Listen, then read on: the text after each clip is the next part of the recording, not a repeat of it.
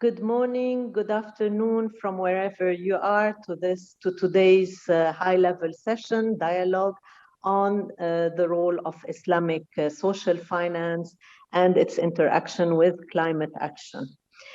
We have a very interesting panel today to exploring the interlinkage between and how Islamic finance can be one of the important tools, financing tool for upscaling and for raising the ambition in achieving climate action and in achieving the SDGs. We know that Islamic finance has a long history of addressing social issues, social solidarity, social justice, and in looking at ways to preserve the environment and, of course, through that address climate action. Today, we will have distinguished panelists who are very well versed in Islamic finance, in fiqh, and in global financing issues. With that, I would like to call on the first speaker, His Excellency Professor Qutb Mustafa Sano, who is the Secretary General of the International Islamic Fiqh Academy. He is a renowned scholar in fiqh, in Sharia law, in Islamic banking, and has many publications addressing the subject and scientific research and articles in this matter. His Excellency Professor Qutb will provide us with, he'll make his intervention on the fiqh perspective and practical applications. Welcome, Your Excellency, and you have 10 minutes for your intervention. Please go ahead.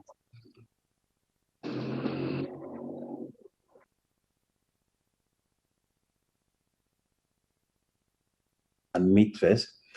Thank you very much, Lady. Good morning, good evening, good afternoon to all of you wherever you are. And I'm glad to be part of this panel. I would like to thank you for inviting International Islamic Fiqh Academy, which you may know it is a scientific organ which is under the OIC, Organization of Islamic Cooperation. On my capacity as Secretary General for this, a very well-known and a reference for the Muslim world and the Muslim community, as far as the clarification of the Sharia provision, Islamic law provision, whatever related to the Islamic banking, to the Islamic finance, to the Islamic transactions, or other things, to the family, to international relations, or whatever you may want the Muslims, which is the concern of the Muslims. I'm happy that you have chosen the right topic, which is very dear to the Academy. I mean here the climate. The climate to us is something need to be preserved, to be protected. And all humanity and mankind will have to do whatever they could do to make sure that the climate should not be destroyed, as we have seen it, because the climate is a part of the being, the part of the creature of the Lord. So we have duty upon all of us to make sure that the climate does not get disturbed. It could be disturbed through all of these activities, which are in the nature to destroy it, which is in the nature to change it, which is in the nature to put the life of human being and all of us in danger. The danger for the climate issue is not just because if I do it in my place, I'm just doing it to myself. If I am harming the climate in my area, I should have in mind that I'm harming the last person in Gambia and anywhere in the world. And everybody is going to be affected by the disturbance, by the distractions, by the bad activities, the wrong one, the one harmful one I'm doing to the climate. For an Islamic social finance, let me go back straight to this one. You may have in mind that Islamic finance is a portion of Islamic economy. Islamic economy itself is the way that Islam proposed to the humanity how to manage the wealth and how to make sure the wealth, how you get it, and how you have to spend it, and how you have to make sure the wealth shouldn't be a source of the harm, a source of the disturbance, a source of distractions or the conflict on the earth. The wealth to us is in the hands of everyone. It is a trust. That trust, we have been entrusted by the Lord to give us this wealth, and then we have to manage it properly, and we have to make sure it will be beneficial to the man. So when you come to the Islamic finance, it is one of the ways to show the people how you want to get the money, you want to get the wealth, you want to get the fortune. This is the way you will have to get it. After acquiring it, after getting it, then it will show you how do you spend it. And I will give you the values, the ethics that you have to improve, they have to protect, and that you have to observe when you are getting it. And the ethic when you want to use it. It shouldn't be seen in your hands as a weapon to harm others or to harm the nature or to harm the climate around you. Islam has created some institutions. That institutions are meant to make sure to help the wealthy, to help the people who have health in their hands, how to spend it and how to make it something which is going to bring the happiness, and will make the peace, and will make the prosperity to all mankind. Islam does not differentiate when you come to the utilizations and what become the people who are going to get the benefit from the wealth, because it does not differentiate the people on the basis of the religion or basis on the ethnics or basis on the location. No, Islam look at human being, as mankind, as a human being that need to be take care, and the wealth has to be in its service and has to be there. The institutions have been created, which are the social-based institutions. I could name to you here 3 main institutions. Islam has proposed them to be the basic, and that the institution, the financial institution, could be utilized. Utilize the funds from this institution to help the people to observe and to preserve the climate, and help the people to go against the calamities that may come out because of our distractions, because of our bad behavior towards the climate. So if you have the volcans, you have the earthquake, you have the warming, you have, this is what is happening today in the world, because we have been wrongly using and behaving ourselves with the climate. Nevertheless, Islam is saying this is the bad has been, this is the worst has taken place. What to do? The people have done the wrong things. We need to correct it, and we need to bring the things to the Islam has proposed zakat, which is an obligation, wealth as an institution of zakat. It is an obligation upon the wealthy nation, wealthy people, that they have to spend on a yearly basis 2.5 from their wealth, and to take care of the issue, the people who have been affected by the climate, they have been affected by the calamities, they have been affected by the nature, whatever will be the causes of their poverty, the causes of their harm, the causes of the trouble that they are going through. It could be you are having inundation here, you are having the earthquake, you are having whatever you could see, call it the natural disasters that need to be handled. We have the zakat as an institution to help us. In addition to zakat, since the zakat, the recipient of zakat are known in Islam to be 8 people, 8 agencies, or 8 places, 8 directions that we have to spend. Among these 8 recipients of zakat, we have one which is meant for people who have been affected by calamities. People have been the victim of inundation. People have been the victim of earthquake. We have been the victim of the fire, whatever you are having it today, a calamity. So this portion of the zakat, let's put it in the way you have 1 million of the revenue of the zakat, which one has to spend and one has to pay every year. Then Islam does recommend you a portion of that money will have to go to cover the needs of the people who have been the victim of the calamities, who have been the victim of anything, the natural disasters, you may put it in that way. This zakat is an institution, but it is a compulsory upon Muslims. When you become Muslims and you become wealthy, Islam wants you to take from your wealth every year 2.5, and that has to be spent on poor, have to spend on the people, the needy people, have to spend on one of the recipient. I said, those people have been affected by the climate, by the calamities. The second institution for the Islamic social finance is the waqf, endowment. The endowment is something the Islam does call upon the Muslims, those who are wealthy, those who have enough health. It's not necessarily you have to be very rich enough. You can just build and then you can plant a tree. This could be a waqf. I would be planting, this is the trees to make sure, because the climate has been destroyed, or the people have done so many, they have cut the trees, they have finished with the bushes we do have here. So people get the money, and then the waqf could be spent to help the people to go for getting back the nature to come back. So this waqf has been known in Islam as an endowment where Muslims have been called upon.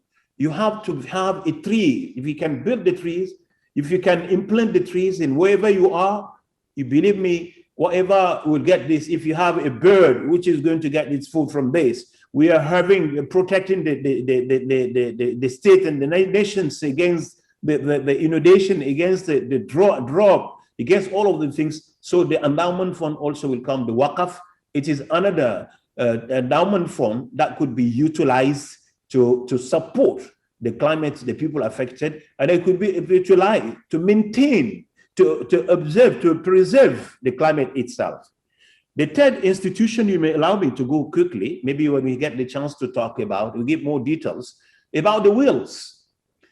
Islam stands that any believer, he or she may decide for any time of his life that when my wealth, I want 50% of it, I want 30% of it, or 10% of it to be spent on climate issues, on calamities, on people, the victims of natural disasters. So Islam calls upon all of the believers who are having whatever the quantity and the quality of their wealth should be, then they can just propose that a portion of it should be spent on this. They are free to choose whatever they want to spend on birds, how to observe, how to protect some type of animals, how to make sure there is no distractions of the trees, there is no distractions of the nature around us, how to make sure every human being will have access to the water. So up to you to get your wealth, the wills to decide it. So Islamic social finance, with these three institutions, it could be helpful for the humanity. Even though Islam stands just prohibit, I could say at that level, any nature of distractions of the climate. Islam stands very firm against those people.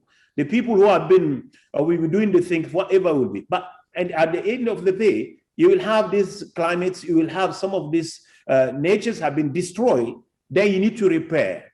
And then you have to get the people. People have been affected by this. Then we have to do what we could do. We have to repair. The institution will come to help to repair, to get the victims of calamity, reinstall. If they need the food, to get them the food. If they need the houses, they need to get them the houses. If they need whatever they need, then you have to get the portion of these institutions. The money will be gathered from this one. At the end of the day, you will have to get in mind that Islamic finance itself is a human and social-based finance. It is justice-based finance. It has to do with how can we make sure that the human being will live with the dignity. We do not take advantage from the needs of the people, from the situation of the people, from the disaster they might go through. We do not do this one to be calling upon the people and making the people who are not going to be. We have to have in mind that we have to come to the assistance to the people who are in need. We have to have in mind that our brothers and sisters who have been suffering, the men and women, the women and the children suffering. Your Excellency, you have 1 minute, please. That's it. I will end up with this one to say, with the Islamic social finance, with these three institutions, we'll be able to make sure the calamities and the climate itself would be preserved and be protected, and that being destroyed would be repaired, and they'll bring them back, because we have interest, all of us, that we preserve the climates and make sure nobody should go against these natures. Otherwise, we'll have to pay all the cost of what is going around today. as we have been witnessing from the beginning of this year. I thank you very much, and thank you, Madam Lady. Thank you for being kind. Thank you, Dr. Qutb. Thank you for an excellent presentation, very informative, that really introduces the different concepts of and options of Islamic finance, and how it resonates actually very well with the agenda on 2030 agenda on sustainable development that calls for leaving no one behind, on the importance of sustainable consumption and production, on the justice actually, and the human rights issue, and how it addresses climate and the environment. So, and I think that in the discussion, I look forward for looking at how to bring more conversions of Islamic finance in supporting resource mobilization to really upscale and raise ambition for achieving climate action and sustainable development. May I now call on the next speaker, Professor Mehmet Asutai. Professor Mehmet is Professor of Middle Eastern and Islamic Political Economy and Finance, and he has directed the MS program on Islamic finance and he's at the Durham Center for Islamic Economic and Finance in the Business School. He is responsible for a number of research programs on Islamic finance and political economy. Professor Mehmet, the floor is yours. You also have 10 minutes. Please go ahead. Thank you very much, Sharula. Thank you. It's appreciated. It's great to be here, and greetings to everyone, to my panelists, as well as colleagues listening us. It's good to share a panel with Professor Qutb after nearly 16 years, very many years ago. It was in Islamic finance as well.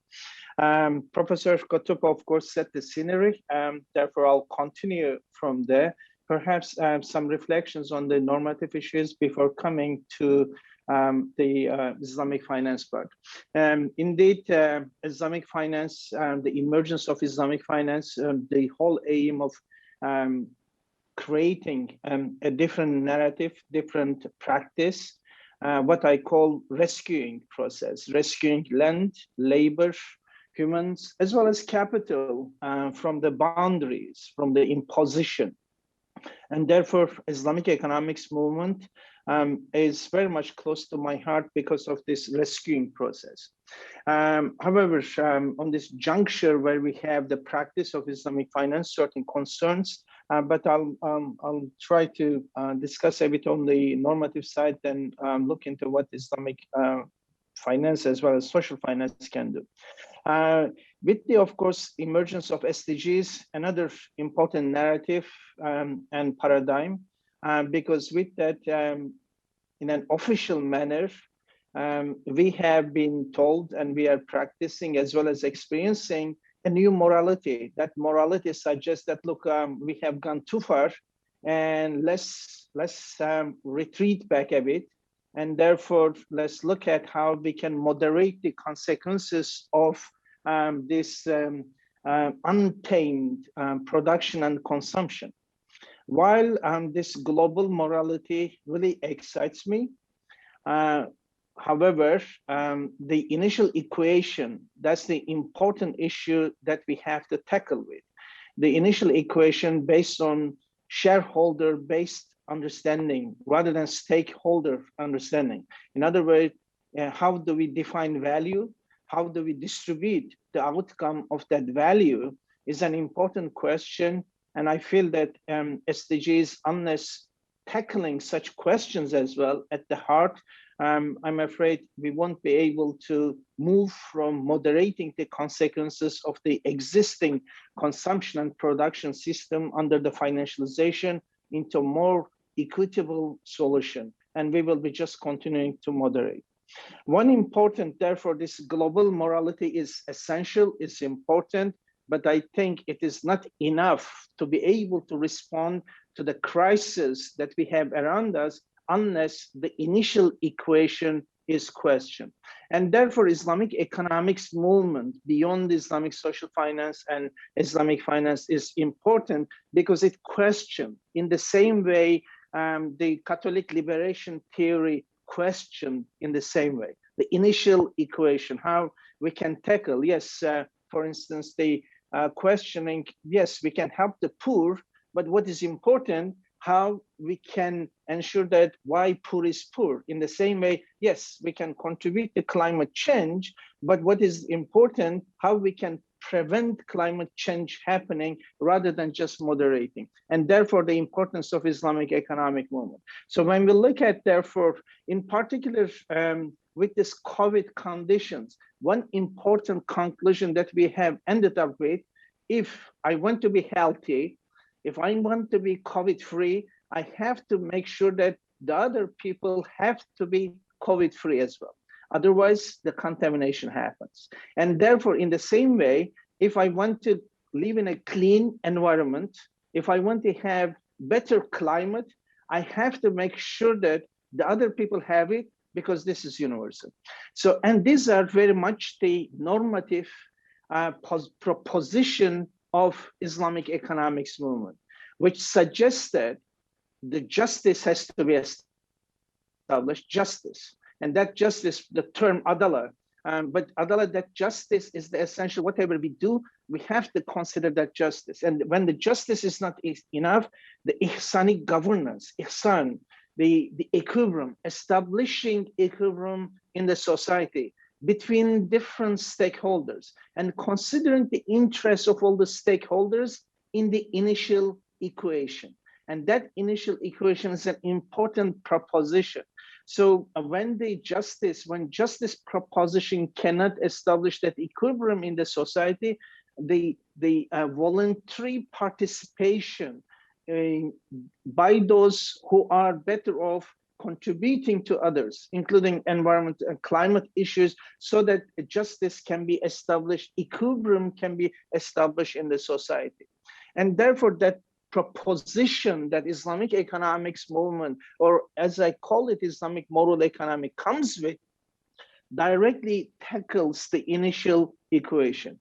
And therefore, with that, of course, the whole idea of the sustainability not in terms of just a transactional, in terms of creating this instrumentalizing sustainability, but rather considering that the world, the cosmos created with a balance, what we call the Arabic term, the mizan, the balance. In that balance, all the stakeholders are interacting. And therefore, the continuation, the sustainability of that mizan ensures that we live in peace, we live in environment that we have inherited as in a good quality, that we overcome poverty because ihsani governance, the beneficence, the establishing equilibrium in the society, so that the mizan, the order, the balance order, the relationship between different stakeholders can be sustained, so that everyone's interest,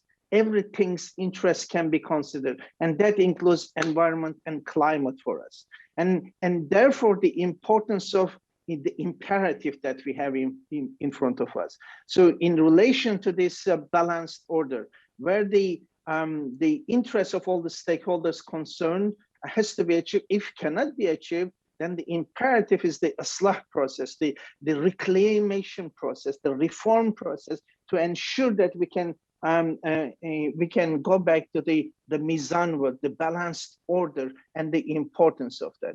And therefore, when we look at from such normative base, considering this balanced order is an essential quality for us to consider, and hence locating Islamic finance and within this Islamic moral economy's position. Because anything and everything that we have problem, Islamic moral economy consider as a departure from this mizan world, or in other words, the balanced world, where the interests of all the stakeholders can be considered. Because what, in this ontology, everything is considered to be complementing each other. Everyone is considered to be complementing each other. And therefore, the interests of environment, land, human beings, their interests, as well as interests of all the stakeholders as part of the initial equation can be considered. I know the time is very limited and it's very difficult going to those issues, but an important concept as well, the whole rububiyah. In other words, the world is created in such a manner, everything and every person we have on earth, they are created with a path for perfection. And therefore creating that opportunity space, whether for human, whether for land, whether for environment, to reach to their own perfection, the fitra is an essential quality. And adding to that is tazkiyah. Yes, everything has to grow towards that perfection, but that perfection has to be in line. In other words, growth with harmony. Harmony has to be there. Now, with that normative background, of course, Islamic finance has emerged and is an important story for us to consider, in particular this sustainability world that we have around us. But what is, of course, problem? The Islamic finance inherited the institutional logic of existing market system. So rather than constituting itself with the foundational base that I have articulated as part of this Islamic moral economy, it has taken. So rather than having developing a extended stakeholding understanding to consider the interests of all the stakeholders, unfortunately, it follows the same institutional logic of shareholder. So when you are squeezed yourself, your institutions into shareholder-based understanding, and therefore you are squeezed. And hence, Islamic social finance perhaps is not the right term, because Islamic finance by definition should be social finance rather than adding another adjective because of this normativeness. And therefore, I think in order to get a long-term solution, not only for Islamic finance and but also to financial world, this extended stakeholding understanding has to be internalized in the institutional logic of banking and finance.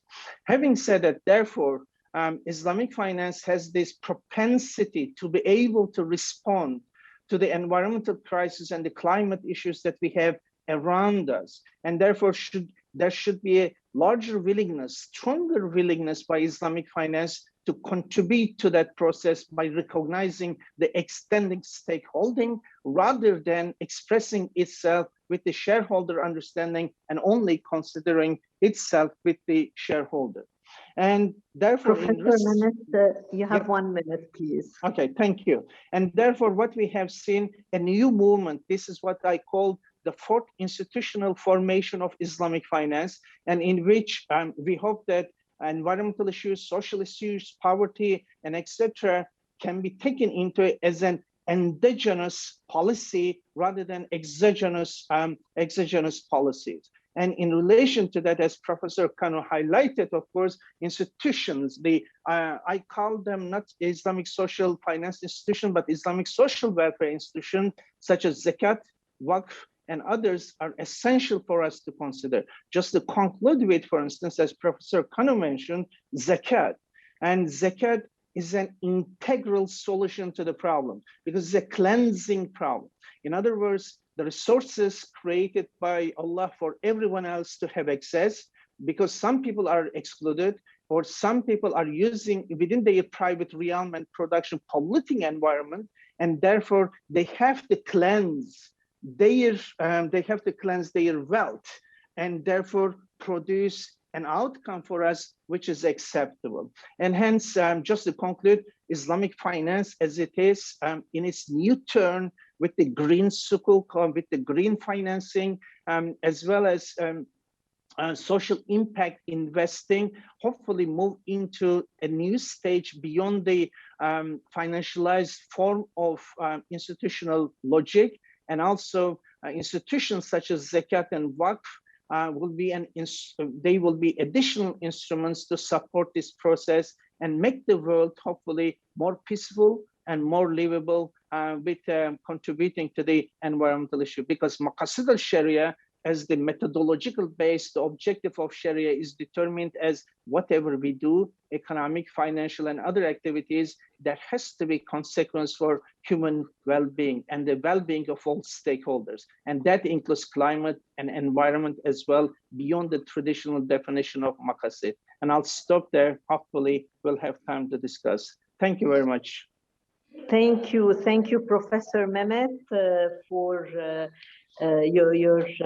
for this presentation. I think I really like the ideas of rescuing, cleansing. I like the idea again of that holistic approach that you brought in, and of the need to address the root causes of poverty, not just how to do quick fixing jobs, and that basically harmony and that inclusive process. And that resonates very well with when we speak about addressing COVID-19. No one is safe until everyone is safe, as you very rightly said it. And in the same way, addressing climate challenges, no one is safe until the whole global community addresses it within the concept of the polluter pays, the Rio principle, and under the Rio Agenda 21 of the Rio principles. Thank you very much. We've had, after this wonderful scene setting, let me now introduce the next two speakers who will provide concrete case studies that will show the interlinkage between Islamic finance and climate finance challenges. And two colleagues of mine, we will start with Dr. Dawood Ndaye, who is he's the lead climate adaptation specialist, resilience and social development in the Islamic Development Bank. And he is presently the officer in charge of the Climate Challenge Unit at the Islamic Development Bank. Dr. Dawood, we have a long history of working with him on mainstreaming climate change in the Arab region with ESCWA, and it has been a very fruitful collaboration with the Islamic Development Bank. Dr. Dawood, the floor is yours. Thank you very much. Thank you very much, Dr. Rula, and thank you, everyone. I think I will look at it now from the angle of the climate finance. And you have 15 minutes. Sorry, I forgot to tell you, Dr. Dawood. Yes, thank you. Thank you. So looking at it at the angle of the climate finance, to be able to take all these specific instruments that have a very, very good potential, and where you see that activities can be tagged as climate finance, what we need to understand is that there are specific methodologies that allow you to classify a funding as climate finance. And I think that's maybe one of the challenges that we see here, where you have organizations that are charity-based organizations or grassroots organizations that are collecting funding and that are not specifically thinking of whether they're addressing climate change or not. It's more about the people. It's more about who we are going to save after a humanitarian crisis. So to be able to make that link between climate finance and Islamic social finance, I think at one point we have to have these institutions with these specific tools that would allow them to identify the link between the climate hazards that has happened and the activities that they are funding. I know it's not something that could be a high priority. I don't think that it is worse for each of these institutions to have such tools, but it would be good to have a way to link the funding that they are providing with specific climate issues that are happening in the areas where they are operating. So it would be good, therefore, to have in the middle an institution that could play that role, so that we would have all, if you aggregate all the funding coming from zakat, coming from the waqf, and also coming from sadaqah, it could be a huge amount, and therefore you could have the Muslim community having their say in the big debate when we talk about climate finance, when we talk about the 100 billion goal for adaptation and mitigation in the international forum. That being said, at the Islamic Development Bank, more specifically, as you all know, in terms of green sukuk emissions, the bank has done a great job in terms of emitting sukuks, meaning that at the same time the bank is greening its pipeline and its portfolio of projects. And the bank is also has made a big commitment that by 2025, at least 35% of its operations will be in climate finance. But what I want to talk about is more about this aspect of Islamic social finance and how the bank, through its activities, can now link, just like I said, link the funding that is going through the different channels. I'm going to talk about how to link them with specific climate issues so that you can target as climate finance, which is not the case so far.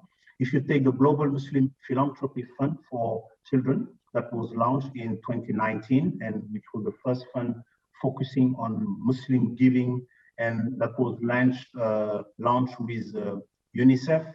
That fund is specifically designed to finance humanitarian aid and responding to the child-related sustainable development goals, and this includes climate action.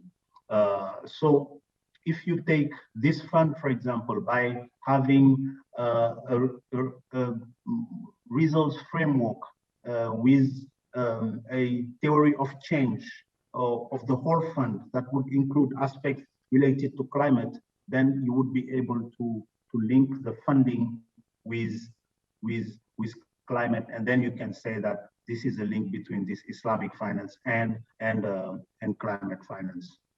The bank is also through the Islamic Development Bank Institute, which was formerly IRTI. The bank is supporting countries in having waqf legislation. So these waqf legislations are very important, and it happened in Senegal, for example, and it's being replicated in other countries. And there is the Awqaf Properties Investment Fund, which is APIF.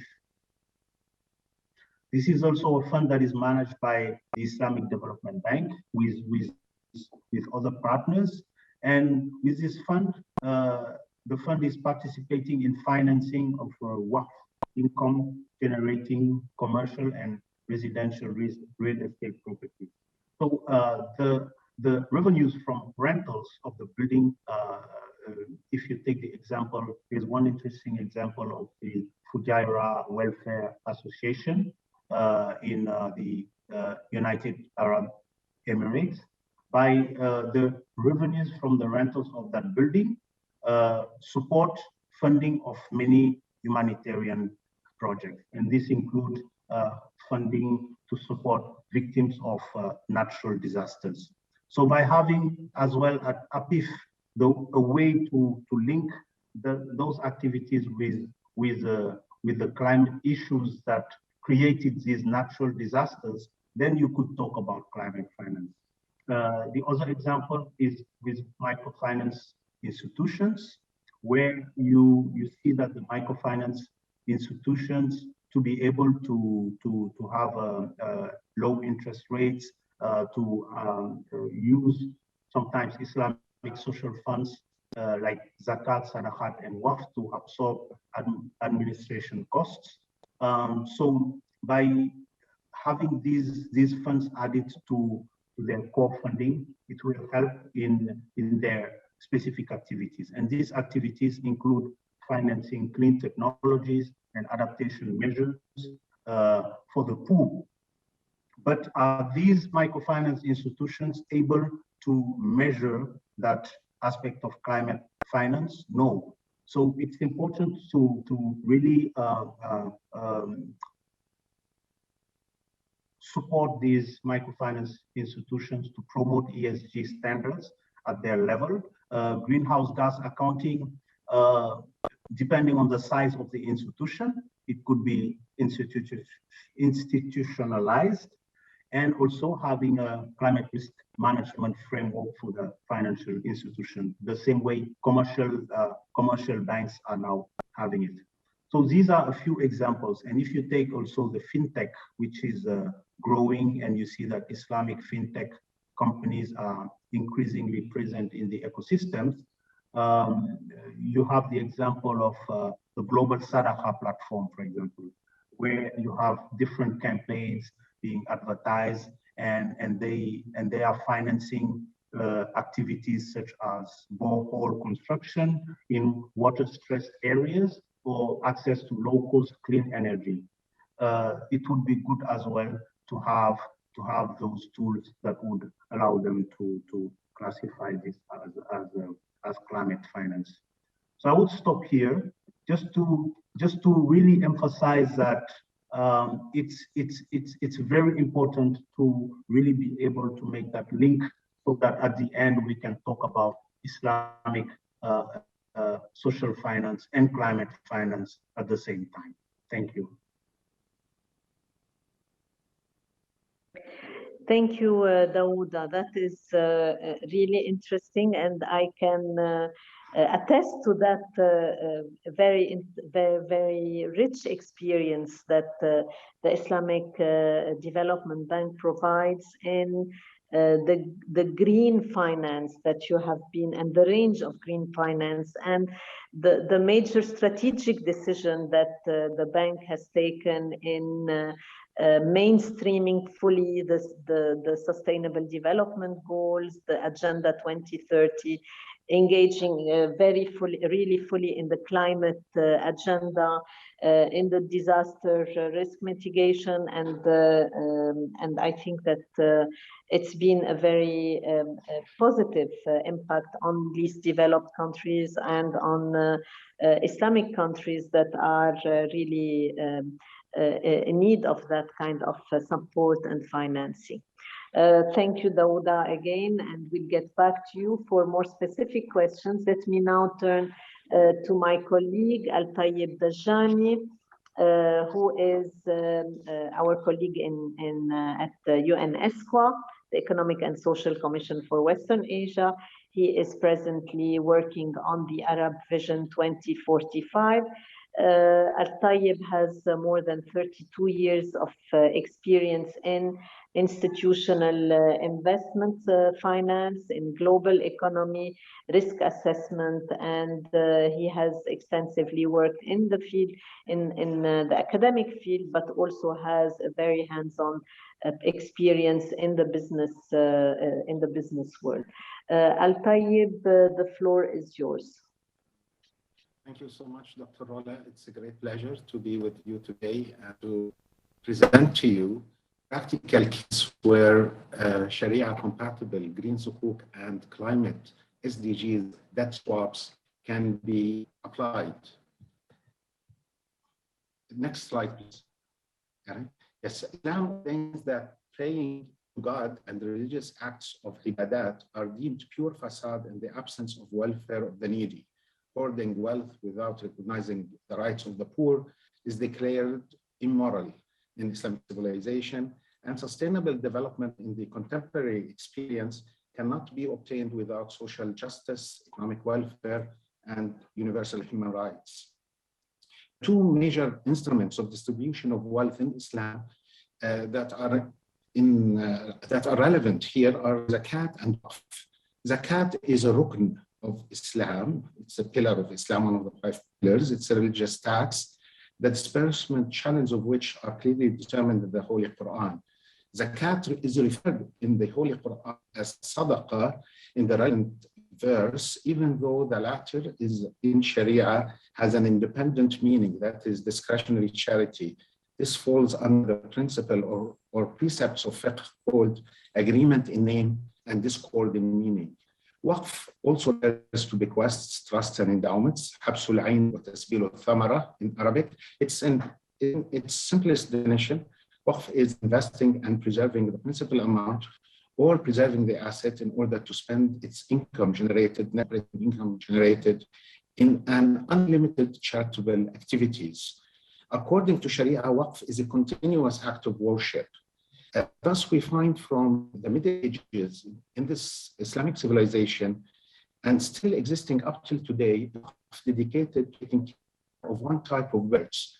These are called storks, or in Arabic, laqlaq, and such endowment or waqf exists in Fez, Morocco. And I was honored to meet such bird in Morocco, in the Central Atlas Mountains, as well as here in Lebanon and in South Africa during my trip to Johannesburg. So this is one example of biodiversity and using waqf in maintaining climate, maintaining biodiversity, and taking care of nature. Green sukuk between theory and practice. Here I would like to tap on the fact that green sukuk are the Sharia-compatible version of green bonds that finance renewable energy projects and or environmental assets.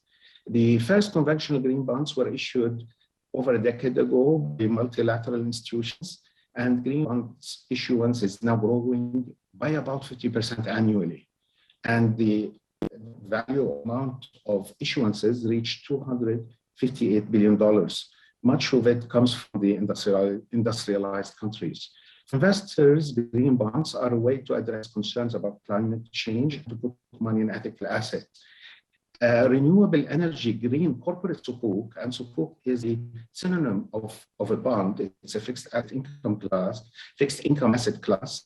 And such sukuk, when issued in 2017 by a corporate entity, the first experience was in Malaysia, and followed by the sovereign sukuk issuance in Indonesia, and the amount was a tune of $1.25 billion in 2018 and $750 million in 2019.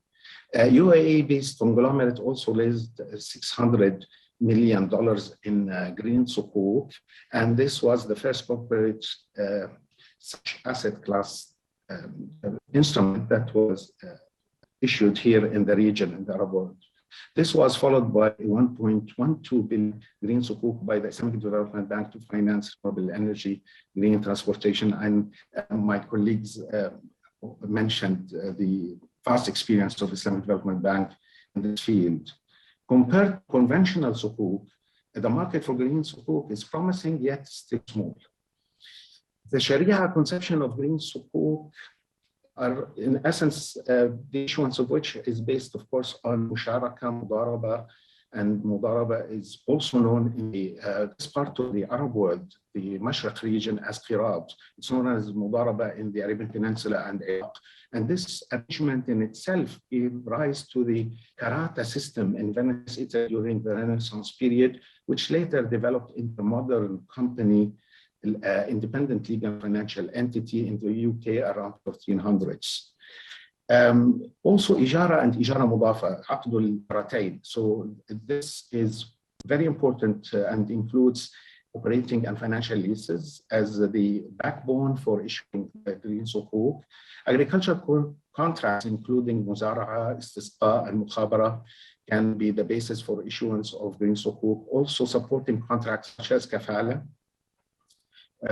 which is an extension of guarantee, and rahn, which is a pledge of an asset. These supporting contracts can also help in the issuance process of green sukuk.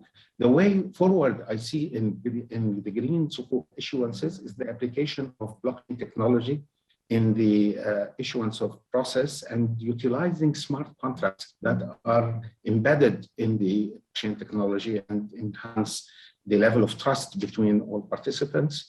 Also, the placement and distribution of such green sukuk can be done through crowdfunding platforms and fintech technology. This is the future. If we discuss climate SDGs, debt swap mechanism from the viewpoint of ESCWA, I would like to start with the definition that debt swaps convert national debt serving and or principal payment of foreign debt into domestic investment for implementing climate resilient projects through collaborative arrangements between debtors, creditors, and donors. Main actors engaged in the proposed swap are the debtors, usually low and middle income countries in the Arab region in particular, where ESCWA is active. And these countries face external liquidity challenges, suffer from high debt burdens, and spend a significant share of their government revenues on interest payments, debt servicing, as well as on the payment of principals amount of debt. The creditors are countries like bilateral creditors whose official development assistance disbursements, ODA disbursements, are there to developing countries, and usually such disbursements are less than the commitments, and the commitment threshold is 0.7% of the GDP per annum. The donor can be an international organization operating regionally or globally, and interested and concerned with the situation related to the climate challenges that we all face. And such entities, they are able to achieve the SDGs and the Paris Agreement thresholds. And these include the Green Climate Fund, the Global Environment Facility, the Adaptation Fund, multilateral development banks, including ISDB. And therefore, the last party to mention here in such climate SDGs debt swap mechanism is UNESCO, that has the convening power to liaise with the member states and detailed knowledge and national, regional, and regional development challenges. We are at ESCO very familiar with the various challenges that member countries face. The Sharia conception of debt swaps is based on an instrument that is well known even before the dawn of Islam, called muqayyada. Muqayyada is a form of bay'ah. Bay'ah means sale, contract, and it has various synonyms in English and various forms, including barter, swaps, counter trade, offset, where goods and services are sold for other goods and services, either at spot or deferred basis. In muqayyada, another form of usury must be eliminated from the arrangement, which is riba al-fadl. Riba al-fadl is different from riba al-nasi'a. Riba al-nasi'a is related to deferring the payment and increasing the amount by interest, by way of interest or riba. But riba al-fadl occurs when a person extends to another, for example, 90 silver dirhams in exchange for 1 silver dinar that is worth 100 dirhams. And that transaction was usually carried out on spot basis in the historical experience, particularly during the Prophet's era. And people then accepted to give more of the thing for less because of the lack of change, sarf, necessary for their daily business. And this exhibited clearly a case of injustice or ghubn inflicted by one party against another. So this is mainly the elements related.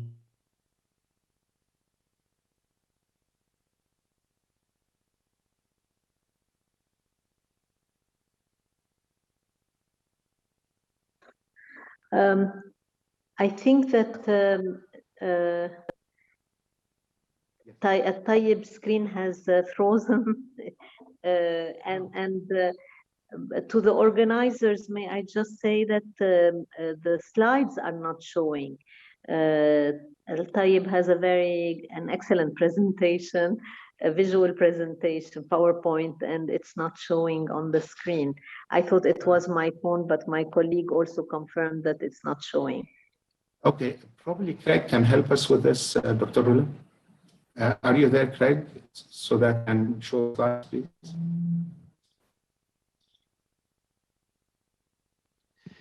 They are showing on the screen, yes. Okay. I'll put them back.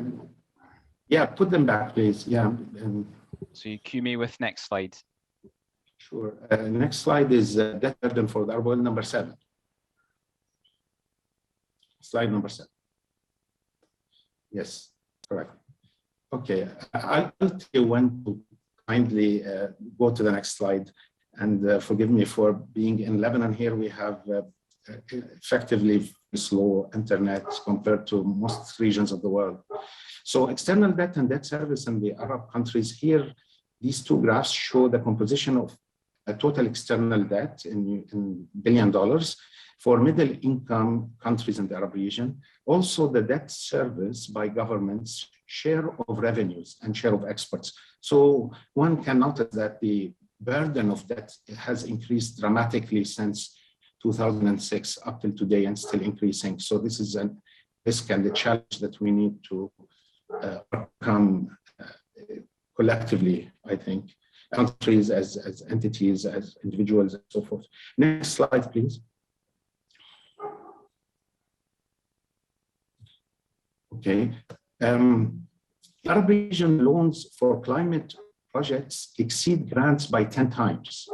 And also mitigation efforts exceed spending support by 4 times. So what this slide shows is that what we need in Arab countries, in particular, the 22 Arab countries, in addition to majority of other Muslim countries, Muslim majority countries, is that we need to increase grants considerably as opposed to increasing loans. That's number one. Number two is to increase adaptation spending as opposed to mitigation spending going forward. So I hope the slides will be attending today and all participants, and as such, you will see it in a clearer manner once you receive it and read it on your own. Jordan, as an example, shows that public debt to domestic and external debt to GDP ratio is quite high. It's reaching 120% as at end of 2019. Creditors of external public debt, that their types, multilateral, bilateral, bonds, issuances, sovereign, and then commercial bank loans to countries and other private creditors to the countries. And therefore, external debt service is also a relatively large percentage of the government revenue.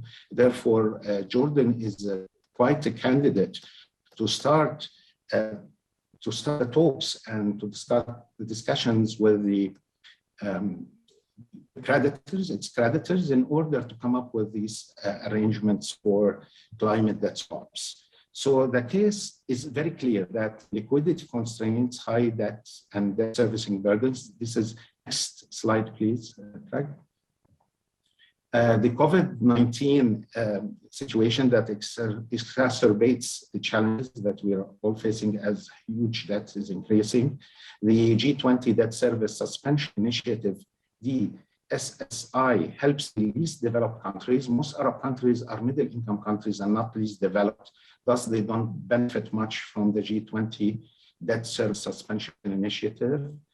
And as such, debt sustainability is critical for the macroeconomic performance and transforming growth process toward building forward in a better manner. Debt swaps provide an opportunity for inclusive and green recovery, as called upon by the 2020 United Nations high-level meeting on financing for development. The menu of options in such high-level included such climate debt swaps. And the slide that comes afterwards, next slide, please,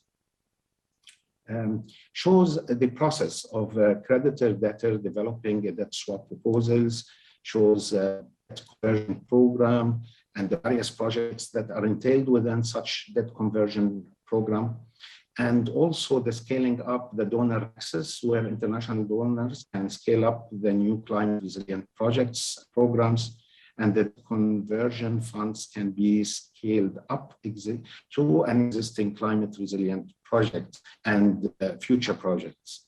So also next slide shows the ESCWA's role in technical assistance that and its convening power that can that can help in the implementation process. And this supports the operationalization of the debt climate swaps, the proposal formulation, the coordination and negotiation phase, the monitoring framework that is to be put in place, the donor mobilization support if donors are added to the picture in addition to the debtor and the creditor, so that, for example, donors such as zakat money or waqf money can assist in... Al-Tayyib, could you please wrap up?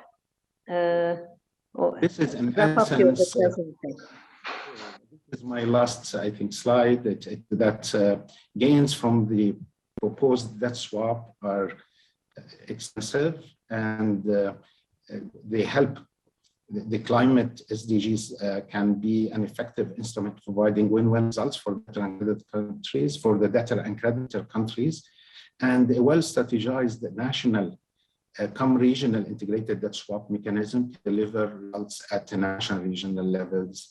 And the next slide is in essence a summary of the benefits. And with this, I thank you so much. And I appreciate and look forward to be enriched by the comments and the discussion that will come. Thank you.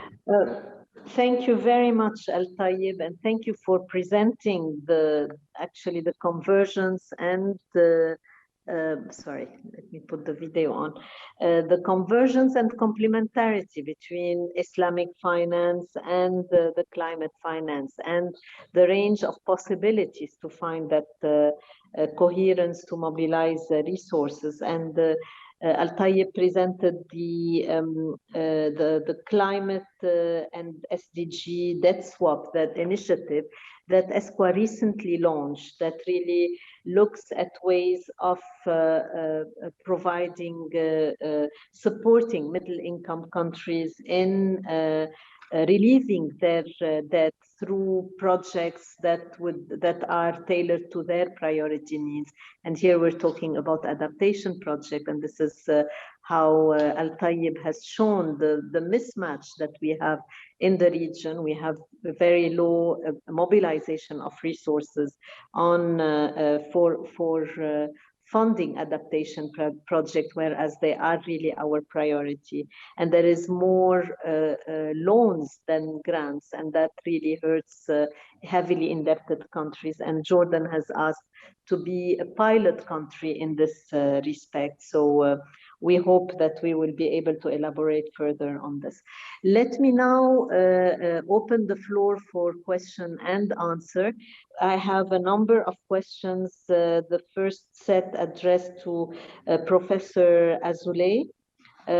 Professor, the first one is, in theory, could an ESG legacy fund be set up as a charitable trust administered in accordance with zakat principles under English law?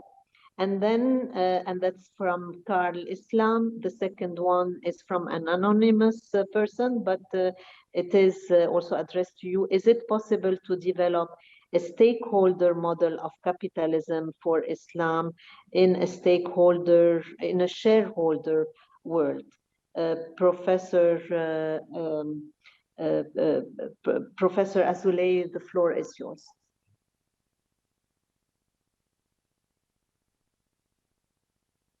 Sorry, the question directed to whom?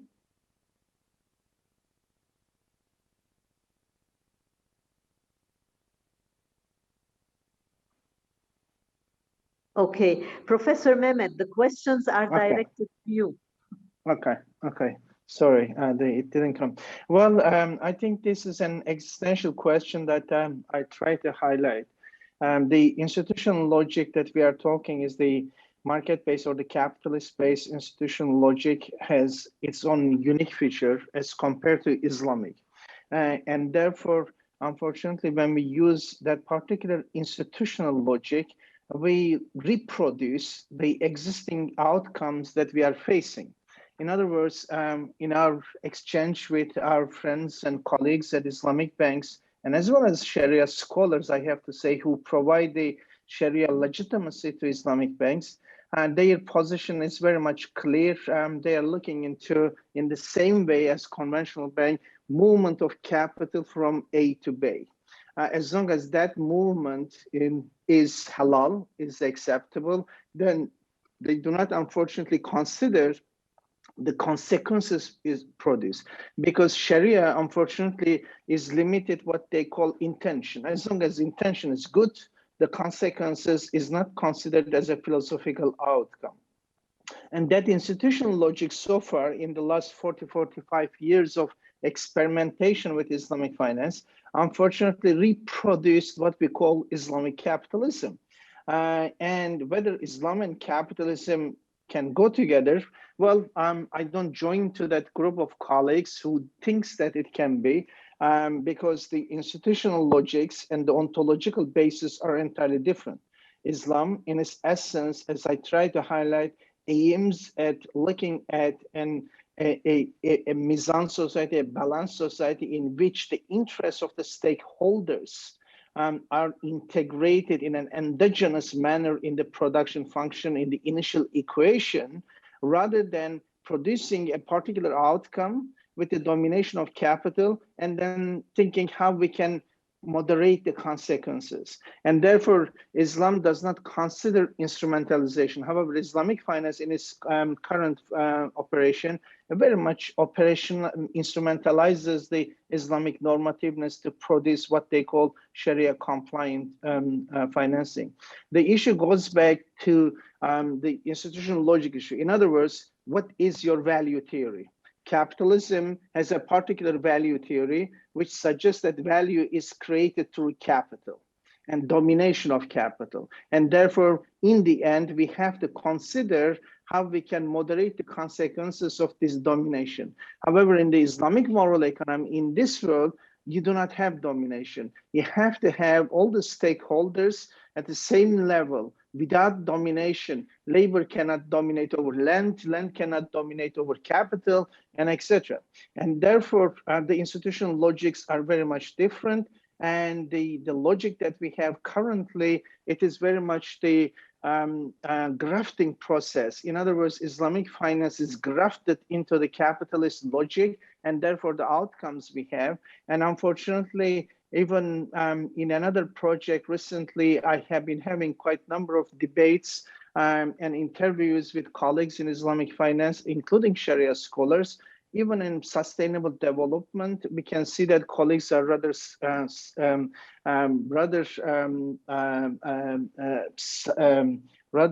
they have not moved into this paradigm. And they are thinking that that would undermine the shareholder interest, because their argument is that, well, perhaps conventional banks can afford that, but unfortunately, because they have been around so far, they accumulated capital. But Islamic finance is here only for the last 40 years, and we haven't established. But what is important, the distinction that Islam as a prefix in front of Islamic finance has a particular normative implication. And that normative implication suggests that you are not in competition with the conventional finance, but you have your own worldview. However, what is important for us to consider, therefore, the regulative environment, which imposes the same regulative requirement for Islamic banks and financial institutions, and unfortunately create this grafting process and shapes Islamic finance with the same outcomes that is expected from conventional finance. And therefore, in the long run, the solution I see, an alternative regulative environment has to be provided. Education has to be provided to the shareholders of Islamic banks and financial institutions, that their obligation is to the stakeholders. And therefore, I think a paradigm, although a new industry, but a paradigm change in relation to the original promise is essential for us to consider. And I'm hoping that since Professor Kano is here, Islamic Fiqh Academy perhaps should play a more imperative work in essentializing sustainability issues and perhaps educating the Sharia scholars as well to consider sustainability issues in their fatwa making in Islamic finance, rather than just the transactional issues, whether A is selling to B is halal or not, but what consequences that is producing in terms of climate, in terms of poverty and social issues, human rights, and etc. So I think we need to have such a paradigmatic change in order to be able to move into a different institutional logic as Islam expects. Otherwise, Islamic capitalism, these are two different ontological positions, and the outcome would be only the sustainability of capitalism rather than the sustainability of the world or the climate. Hope that answers that question. Yes, thank you, and very effectively, Professor Mehmet. Before I turn to Professor Sano to build on your comment and also address to him another question to him, may I ask the audience, the participants, to if you would like to send in your questions, you may do so in the box just below the video screen icon. Please, that is that possibility is there. Please make use of it. Professor Sano, many people in the Western countries have campaigned for wealth taxes analogous to zakat. Does this show the wisdom of these institutions? Over to you, Professor Kutub. Thank you very much. Thank you, my dear friend, Prof. Mahmoud. It's been just like quite long we haven't met. Definitely, I will just start what he did say correctly about the consequences, taking into account the consequences of any judgment, any legal rulings. If you may want to say it is halal or it is haram, normally we have to take into account what we do call it al-ma'alat. The consequences, what is going to happen to this. It may not be enough sometimes to get the pillars and the conditions and the requirement of a transaction.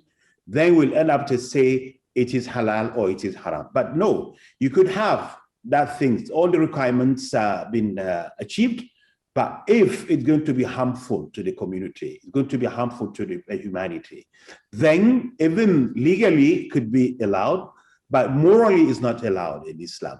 So Islam, we do call it, our legal maxims is saying, that the most important thing when you come to the transactions, it is about the meanings and it is about the objectives. You know, when you have mudaraba or you have musharaka, the objective, will it be achieved in that or not? If you do find that the objective would not be going to be achieved, even you get the formal, you get all the rules, we got all the requirements, then we don't go for mudaraba. For instance, let's take it this way. Mudaraba is a trust-based partnership. You get the money, it's somebody, and then the person will go and do whatever he will make it and use it.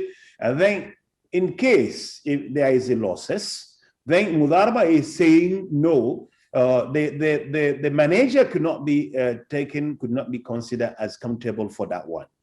We will tell you now, if you are living in an era, you are living in an environment where the trustworthiness of the people has been affected. People are very, very, very rarely you get those people are trustworthy. We don't recommend you to go for mudaraba in that environment. Because going to mudaraba in that environment is just like saying, I want just like the mudarib will come to you, the manager say, the money got lost, but it's his negligence. It could be done other way around. So taking into account what Prof. Mahmoud mentioned is a very, very important for the Islamic finance. The survival of Islamic finance, I do like the word to say it should not be in competition with the conventional one. Conventional has its own setting, has its own objectives, and then you have your own setting, own sub-objective. But what we need, we could meet together somewhere. Conventional and Islamic, they meet. Not that these people are thinking these are two islands are living in different environment. No, they do meet somewhere, and then they have differences because the differences, the philosophy behind each of one, that one there. As far as the zakat is concerned, the recipient, the institution of zakat, it is, yes, true that zakat is an obligation. It is one of the pillars. It could be the second or the third pillar of Islam, where a wealthy is being entrusted by certain wealth, certain fortune, and then he or she will have to give away a portion from this wealth to the needies, to that we do call them the aid recipient. The institution of that within the recipient of that one of them, which is called it fi sabilillah, it is a very broad, what has to do with the protection of the humanity, we have to do the protection of the climate, the protection of the life, the protection for anything which will be in line with the objective, the 5 objectives of Islam, the 5 objectives of Sharia, where we'll have to spend a portion of that one. It is a really very resilient system, this is zakat, because it is fair enough that people are living in one environment. We do not want to have these disparities, have differences, and vary the gap between the people in the societies to be seen so horrible. Then you have very rich people, at the same time you are having a very, very poor people. That is not an Islamic society. Islam wants the society to be, you are having more middle class people, people who shouldn't be sleeping without having what they should eat, people who shouldn't be lacking of their need, in the basic needs. Every single human being in that one has a right to have access to what we do call the basic needs. So zakat will come to combat, to fight against the poverty in the society. It has taken the poverty as it is a sickness. It is not a fatality. Nobody is born with the poverty. People are born, everybody born, the people are born equally in the same way, but in the environment, the justice, and when the social justice is being jeopardized, is being put in danger, then you will find the disparity, you'll find the people are different from that way there. It's not because there's no way that we could find the difference among the people, how they come to this life and how even they go out from this life. It's the same way, but the environment sometimes. If zakat is coming to correct this one, the wealthy who is having the money in his hand or her hand, the money is not fully belong to him. There is a portion from that zakat is belong to the poor people, belong to needy people. That's why the states, if the state has the rule, has the way, as the taxes we are taking today, in order to make sure to fix some part of the economy, zakat will come. It's not the taxes in the sense that everybody has to pay. No, this is the taxes upon the wealth, and that wealth should be shared. When the wealth is not shared, then you are calling upon the crime, you are calling upon the hatred, you are calling upon everything. So we want to have a just society. We want to have a very equitable society. The equity will only come when the zakat has taken its place. And zakat, believe me, does not differentiate between Muslims and non-Muslims. There's no difference when it comes to when you want to spend so poor. Poor is poor, regardless of his or her gender, his or her religion, his or her location, wherever it's her. Then you need to help him to go, and you have to get out from this one. Of course, you have views. Some of the opinions will be saying you must go there, but these are the narrow one.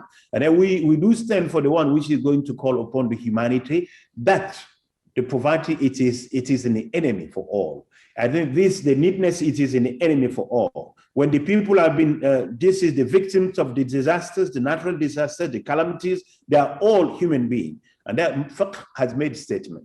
We have a ruling, we have resolutions. When you come to the calamities, when you come to the victim of the natural disasters, we do not call upon, we do not differentiate. We just take the zakat and we spend on whoever he or she will be in need to get an assistance from that one. So I think zakat has been seen to be one of the things, but not only zakat you do for one, because zakat has to do with the wealthy people. You have something which is lesser than the zakat, not only to be wealthy. You are having the waqf. The waqf is an endowment which is today needed. You don't need the waqf here to fight against the poverty, but how to plant a lot of trees, how to correct, how to damage, to repair all of those things, that the damages and the destructions which have been going on against the nature. That we need some of the mobilization of the brothers to talk about the climate financing, the climate financing Islam. That has to be, the money has to be spent on it, because it is the danger for the life of each of us is in danger when the climate is not being preserved, it's not being protected. It's not only those people who are destroying, they will be in danger, but even those people are staying very far from them. So therefore we'll have to come together and spend whatever we do have, the waqf money, the sadaqat money, the wills money, the tabarru'at money, all of these philanthropies will have to come together in order to make sure that the climate should be protected. Thank you. I thank you very much. Thank you, Dr. Sano. Thank you. I have a question, and I'll have to do a bit of time management here. So I have a question to Dr. Daouda. It's a bit, it's an interesting question. How can we increase awareness of climate change in the Muslim world? And what has worked for you and what has not?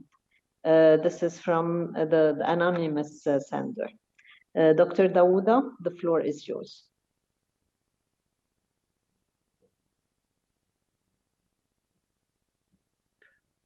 How do we raise awareness?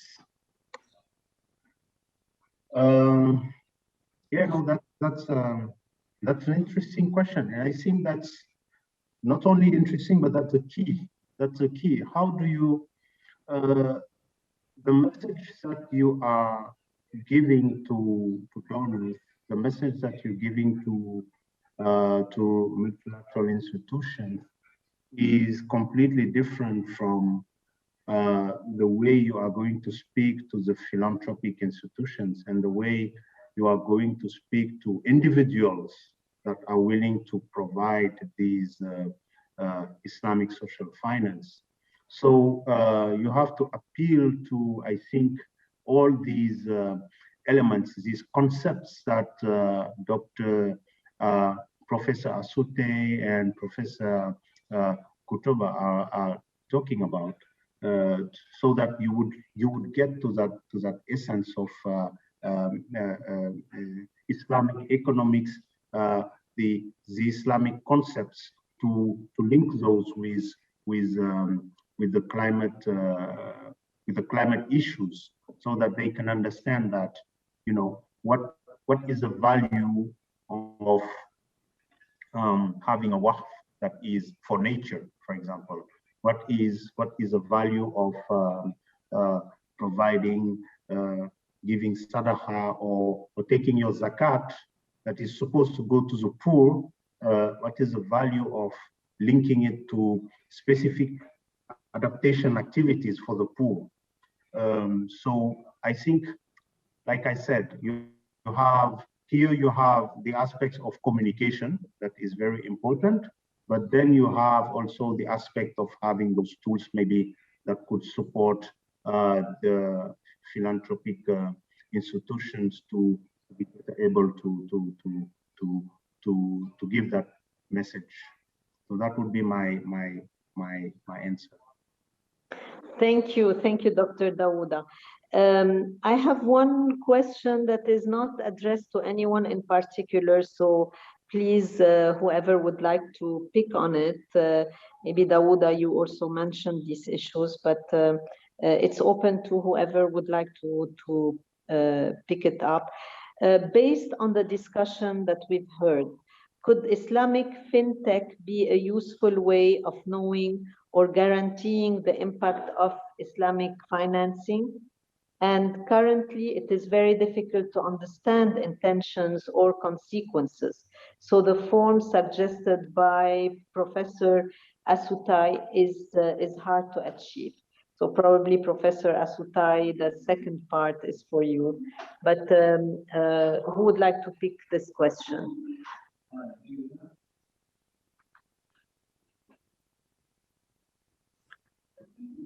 Professor Asutai? Maybe I can start, and then I have to excuse myself. Please, because go ahead, and I have another session related to Climate Week.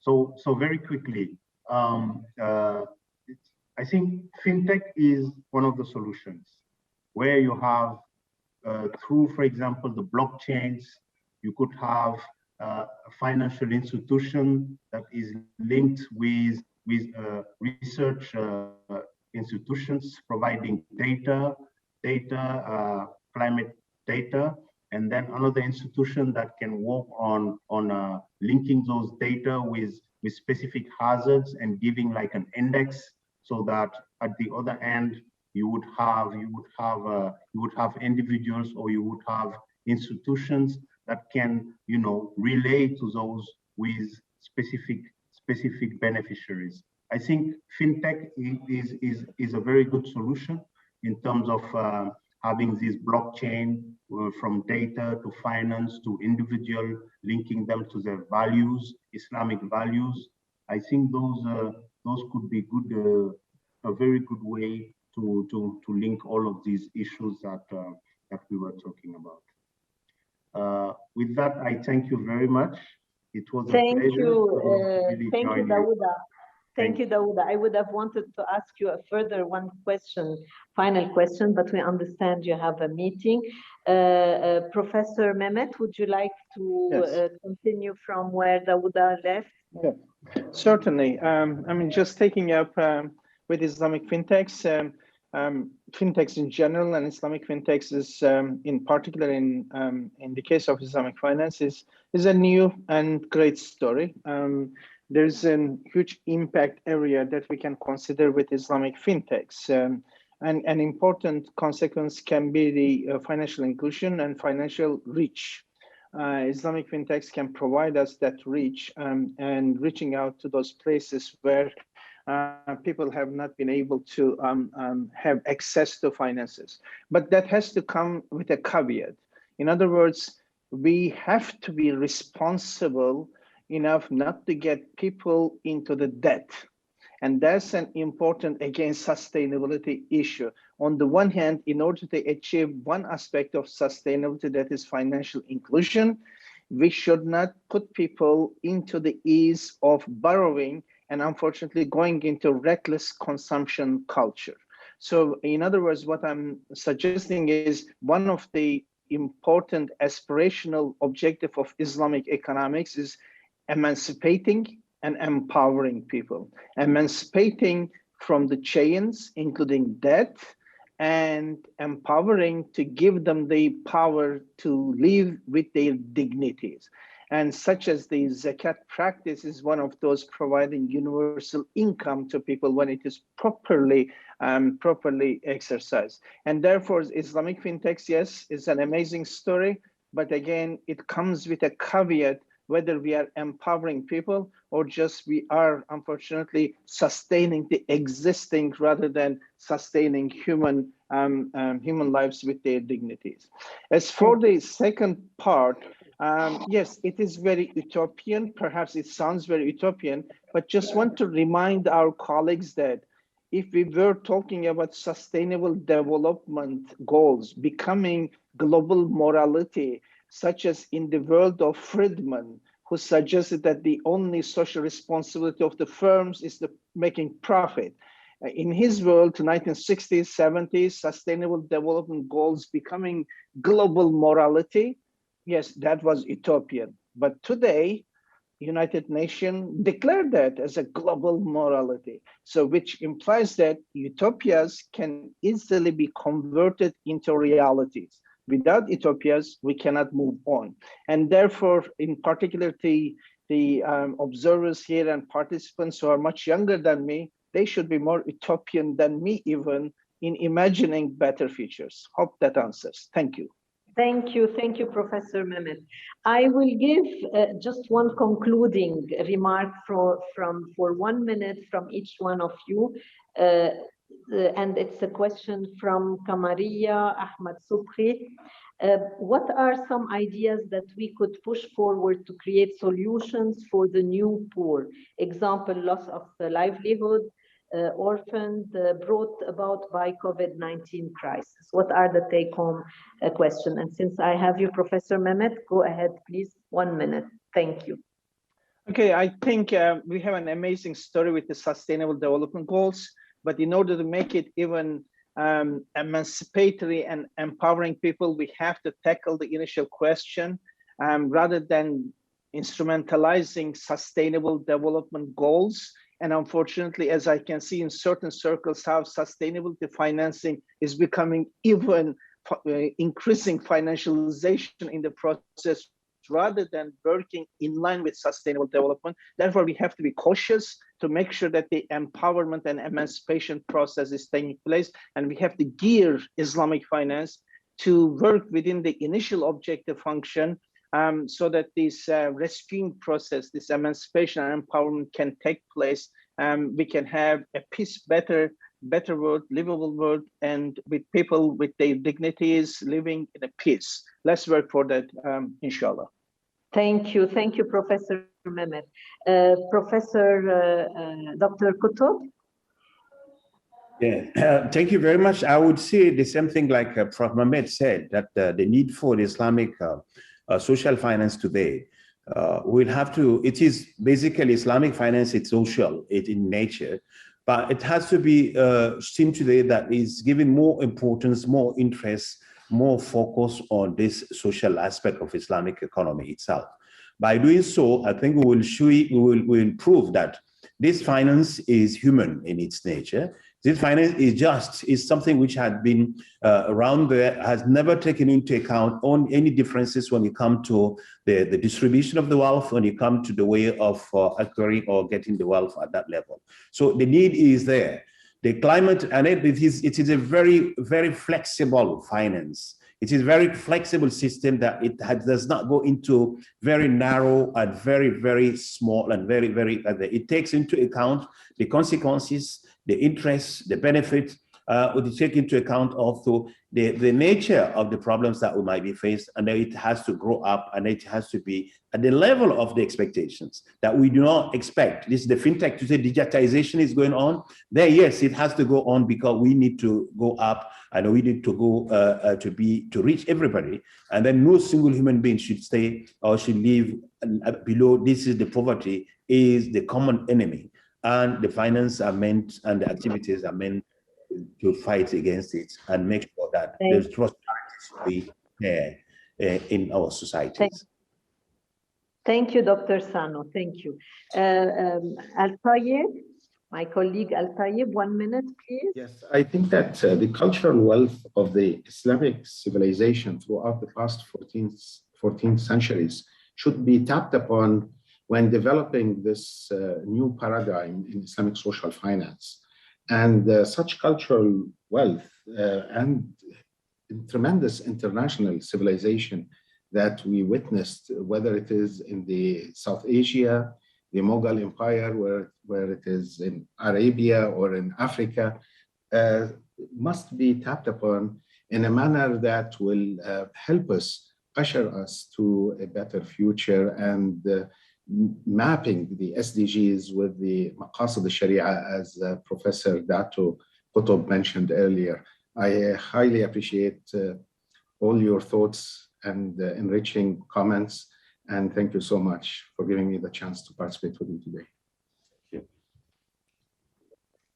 Thank you, Al-Tayyib, and I echo your good wishes and your thoughts. And this has been truly an eye-opener for all of us about the endless opportunities of Islamic finance to play a role in the climate finance and in addressing the sustainable development agenda. And I know that the outcome of this discussion will go into the high-level dialogue in Glasgow. So we look forward to the continuation. And I now turn to the last eminent speaker, Dr. Ahmad Meraihi. Dr. Ahmad is a special advisor to the UN Secretary General, Mr. Guterres, on issues of development and humanitarian issues. And Dr. Ahmed has worked extensively in this field, in the field of humanitarian development and development in general. And he has served as the Director General of the Qatar Development Fund. Dr. Ahmed, the floor is yours. Thank you, Rola, for this introductory. And I would like to thank UK IFC and ISDB, as well as a colleague from UN for making this summit possible. And also, I would like to thank all the panelists for their informative presentation. And it is an honor to have His Excellency Dr. Sano in this session. Professor Sano opened this session with hope on how Islamic mechanism can respond to the causes climate changes and repair using zakat, waqf, and sadaqah. Professor Mehmet highlighted how we all have to come together and share, and each shares the responsibility of bettering society and implementing each other, complementing each other, including in responding to climate change and how this helps bring harmony. Linking financing to real-world opportunities and funds, as pointed out by Dr. Dawood, show how existing mechanisms can respond to climate action and how both social and climate financing align. Lastly, thank to Al-Tayyib Al-Tijani for demonstrating the potential of a green sukuk and debt swapping. And as you know, the international dialogue on the role of Islamic social financing in achieving a sustainable goal aim to bring everyone in board, and how to find out how we can implement the Islamic social finance through the UN agencies. As you know, the zakat is very sensitive, so this international dialogue, it's focused to bring everybody to try to find out the best way to implement like the zakat or in general the Islamic social finance through the UN agencies. This is the sixth seminar where we explore the area that zakat, waqf, sadaqah aligned with the effect of the climate.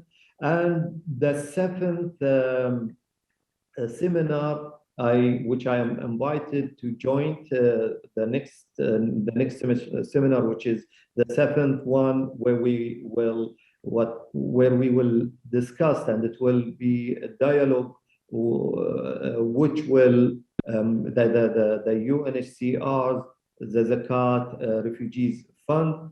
And this is one of the example of I can say that a successful example that we might have it, and we might get the benefit of the mechanism that UNHCRs use for the Zakat Refugees Fund, and we can then reflect their implementation for the other Islamic social finance.